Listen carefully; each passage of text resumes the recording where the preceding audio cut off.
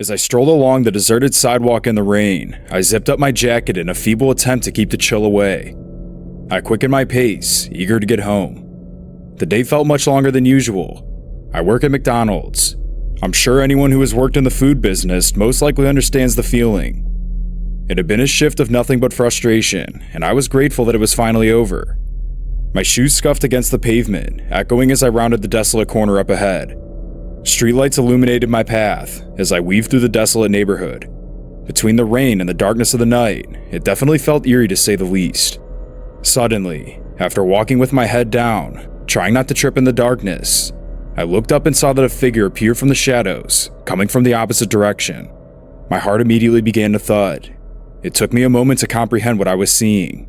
He looked like a cop, wearing a navy blue security uniform, with a holstered gun attached to his belt. Despite the reassuring appearance, something about him felt unsettling. Perhaps it was the way his eyes seemed to lock onto me that made me feel uneasy. After seeing me, he stood still and silent, not saying a word. I turned my gaze away, fumbling for my phone in my purse. No one was around, and I felt extremely vulnerable. I had the urge to run, but it felt like my feet were glued to the ground. I slowly began to back away, inching closer and closer to the edge of the sidewalk. Suddenly, my phone lit up, displaying a text message from my friend. I looked back at the figure and immediately saw that he had moved closer. Now standing directly in front of me, his presence seemed to dwarf my own. We held each other's gaze, and I felt like I had stepped into an alternate reality. Time seemed to move in slow motion as I stood there, with my heart still pounding in my chest. He looked ready to make a move and I panicked. That's when it hit me. I remember hearing the mayor make an announcement, warning everyone that there has been an increased amount of human trafficking in the area. Everything else suddenly felt insignificant. My job, my problems, my life, all of it was irrelevant. In that moment, I felt like the only thing that mattered was surviving this horrific encounter. As I started to back away, he began to speak. His words were like daggers, piercing through my skin and rattling my bones. "You shouldn't be out here alone," he said, not taking his eyes off of me. I couldn't move. I didn't know what to make of it. Was this some kind of trick? His words echoed in my head. My mind was spinning as I desperately tried to make sense of the situation. The shadow of his figure grew larger and my body froze in fear. I felt powerless. I had to try something, anything. As I tried to come up with an escape plan, he reached into his pocket to grab something. Instantly, I stepped back in horror, prepared to run. But then, something unexpected happened. He pulled out a badge and flashed it in front of my face. It was a police officer. He spoke again, telling me that he'd been patrolling the area to investigate the high rate of human trafficking in the area. He had spotted me and thought I might be in danger. I was relieved, though visibly shaken. I thanked him profusely, and he offered to drive me home as he pointed to his parked car up ahead. He added that it was part of his job to ensure that everyone was kept safe. As my heart was still racing from the initial scare, I got into his car and he drove me home. Part of me was still worried, but I had a newfound sense of relief, since he seemed like a pretty nice guy. Everything about him seemed to check out. The inside of the car looked just like a police car, and he was communicating to someone on the radio. As I arrived home, the rain had started to pour, and the police officer assured me he'd patrol the area regularly. I thanked him once more and got out of the car. I had finally made it home safe and sound, or so I thought. As I stood in front of my house, I couldn't shake the feeling that I was being watched. I glanced over my shoulder, but nothing seemed out of the ordinary, so I shrugged it off. I thought about the police officer and how he had saved me from an uncertain fate. And then it hit me. What if he somehow wasn't a real police officer? He had intimidated me into getting into his car, and he had somehow been watching me all along without me knowing. That's when I realized I could be in grave danger. I quickly ran inside, shutting my door behind me. As I peered out the window, it looked like the car was gone, but that wasn't enough to calm my nerves. After some contemplation, I decided to call the non-emergency police line and ask them to confirm that an officer drove me home. Hearing their response literally made me drop to the floor. None of the officers gave me a ride home. Now realizing I'd been driven home by a stranger claiming to be a cop, I filed a police report. I'm still left with so many unanswered questions. He easily could have taken me when I got into his car. The events of that night still deeply disturb me, even though it happened 3 months ago. The police have no leads, and that person is still out there. I just pray that he doesn't come back.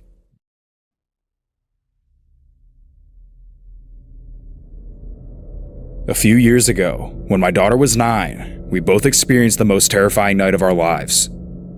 To give some context, my husband and I had just gotten divorced, and I was struggling to get by with being a single mother. Despite the awful circumstances at the time, I was managing it the best I could. I found night walks to be a great way to clear my clouded mind, and it helped me think in a more positive manner. On this particular night, the stress of life was really getting to me, and I desperately needed a way to escape. Without giving it much thought, I stormed out of the house and began walking. There was a local park not too far away from my house, so I thought I'd walk around there for a little bit until I felt better. My daughter had school the next day, so she was already in bed. My walks usually lasted no more than a half hour, so I'd often leave without telling her. We live in a small neighborhood that borders the park, so I liked walking around there for the most part.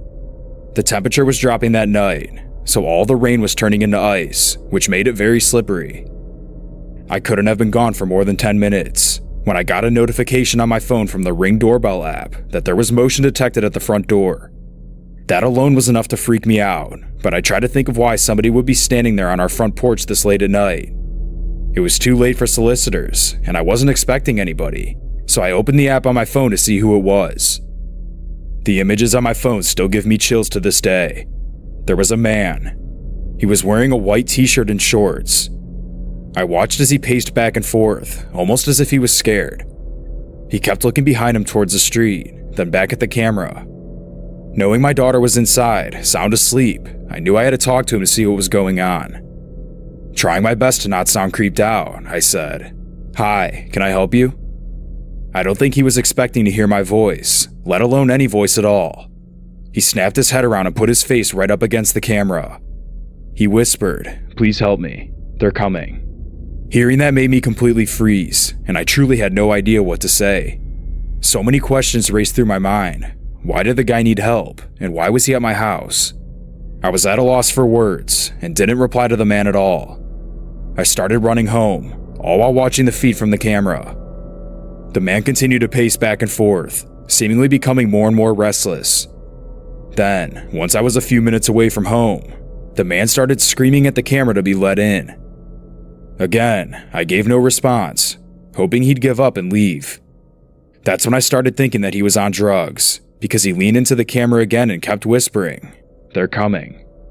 It became more and more apparent that he was delusional, and it didn't look like he was going to be leaving anytime soon. I now know that I should have done this sooner, but I called the police. I continued watching the feed as I spoke with dispatch, filling them in on my strange situation. They told me they'd have officers there within 5 minutes, and to not approach my house. As badly as I wanted to sneak inside from my backyard, I knew that I could not only be risking my life, but my daughter's life as well. If the man saw me trying to get in and attacked me, he'd have the key to my house where my daughter would be left completely vulnerable. Then, onto the left corner of the screen on the camera feed, I watched a black SUV slowly pull up to my house and stop out front. The man at the door took notice of this, and let out the most terrified shriek I've ever heard in my entire life. He turned to the door one last time, and pounded on it as hard as possible, then took off running down the street. The car followed him, but after that, I obviously couldn't see anything else. By the time I got back to my house, the police were pulling into my driveway. After talking with them, I sent the footage from the doorbell camera, and they told me to call them back if anything else happened. Well, that was 3 years ago today, and I've still learned nothing. The man very well may have been on drugs, but he was definitely being chased by someone. Not knowing what happened that night kills me. I can't help but wonder why the guy was being chased, and if he's even alive today. I'm not sure what would have happened if I had been home at the time and I answered the door. After talking with several people and reading similar stories online, it sounds like it could have been a trap.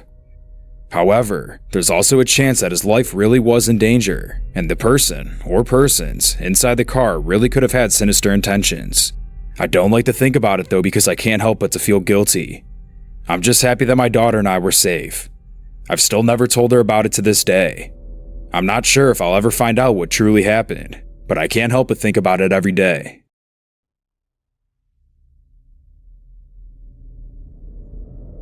Exercise has always been something I've kept in my life. That was until I became a mother of 3 kids. My life became hectic, to say the least. My regular work, on top of the full-time job of being a mother, took its course in many aspects of my life. I found myself at a point where I had little to no free time to do anything whatsoever. 2 months ago today marked 1 full year since I gave birth to my last child. That day was also when I decided that I would slowly work my way back into regularly exercising. I set a goal for myself to walk every day for the next year, even if it was just a small walk. At the time, I didn't realize how hard it really would be. My schedule was still crammed, so the only free time I'd ever get was late at night, once I put everyone to bed. Instead of watching TV for an hour or so before passing out, I decided to supplement that time with night walks. The first couple weeks were tough, but after that, I fell in love with my new and much healthier routine. I was losing weight and sleeping much better. Everything was going great until I stepped outside of my house last week for my usual walk. It was Thursday night, and I had just put the kids to bed. After lacing up my shoes and bundling up in my hat, jacket, and gloves, I made my way down the driveway for my walk. I knew my neighborhood like the back of my hand, especially after taking the same route every day for the past 2 months. As I made my way down the sidewalk, I was walking with a much quicker pace than usual. The temperature was in the single digits, and the strong gusts of wind made it feel 10 times colder. But I wasn't going to let that stop me from going out. I was dedicated. The occasional Christmas lights that were still left up on the houses helped distract me from the cold. I kept walking along the sidewalk until it dead-ended into a ditch that stretched ahead for the next quarter mile. That marked the point where I'd have to cross the street and walk on the other side, which bordered the highway. There were maybe 30 yards of woods that stood between the road and the metal fence by the highway. There was a small strip of grass before the woods, which made for a nice path, but also freaked me out sometimes. I'd always worry that something would pop out at me, but I knew that would never happen. As I continued making my way along the grass, I spotted an animal staring at me ahead. I initially thought it was a raccoon or a groundhog, but as I got closer, I realized it was a dog. He was shaking, but let me approach him as I calmly spoke to him. Once I was within a few feet, I realized that I'd seen him before. He belonged to a house up the road. I'd often see him outside in the mornings when I'd drive by for work. He wasn't wearing a collar, so I assumed he slipped out of his chain when the owner let him outside. I was happy that I found him. I doubt he would have survived for very long in this weather too. Once he became more comfortable with me, he let me pick him up, and I started carrying him home. As soon as I turned up the driveway, I noticed that all the lights were on in the living room. I rang the doorbell, but there was no answer. I ended up trying several more times, but for some reason, nobody was coming to the door. I had never met the owners of the house, but I knew that they were home since the 2 familiar cars were in the driveway. It definitely seemed odd, and I was surprised that they weren't looking for their dog. There wasn't much I could do, so I decided to call the police and ask them to do a welfare check on the house. Shortly after making the call, the police arrived. By then, the dog and I were completely frozen, so the officer let us sit inside of his cruiser. I watched as they knocked on the front door, but again, there was still no answer. I started getting worried, wondering if something bad happened to whoever lived inside the house. The officer came back to the car and told me that I needed to go home, since they were going to have to go inside the house. Before responding, he offered to drive me home, mentioning that I looked like I was getting frostbite on my nose. I happily accepted his kind offer and asked if I could hang on to the dog, since I didn't want him to go to the pound. Now, most cops would have probably said no, but he jokingly said, "What dog?" and began driving me home. He dropped us off, and I went inside with the dog to warm him up and feed him. Even at that point, I wasn't even tired at all, given the strange circumstances of the night. While I was watching TV, I almost flew out of my seat when I heard a gunshot. I instantly thought of the police at that house. A million thoughts raced through my mind, and at that point, I had to go see. I put the dog in my car and slowly drove up the street, trying not to make it obvious that I was watching everything unfold. Once I was within maybe 50 feet of the house, my heart sank. 2 people were being wheeled out of the house on a stretcher. A white blanket was laid over each person as they loaded them up on the back of the ambulance. I watched in disbelief as an EMT wheeled out a third body. Seeing that was enough for me, so I turned back around and headed straight home. I really have no idea what happened in that house that night. All I know is that I was just feet away from the house where 3 bodies would soon be pulled out. I've since contacted the police asking what happened, but because it's still an ongoing investigation, they told me they'd eventually contact me. Something absolutely horrific happened that night, and as of now, I know nothing.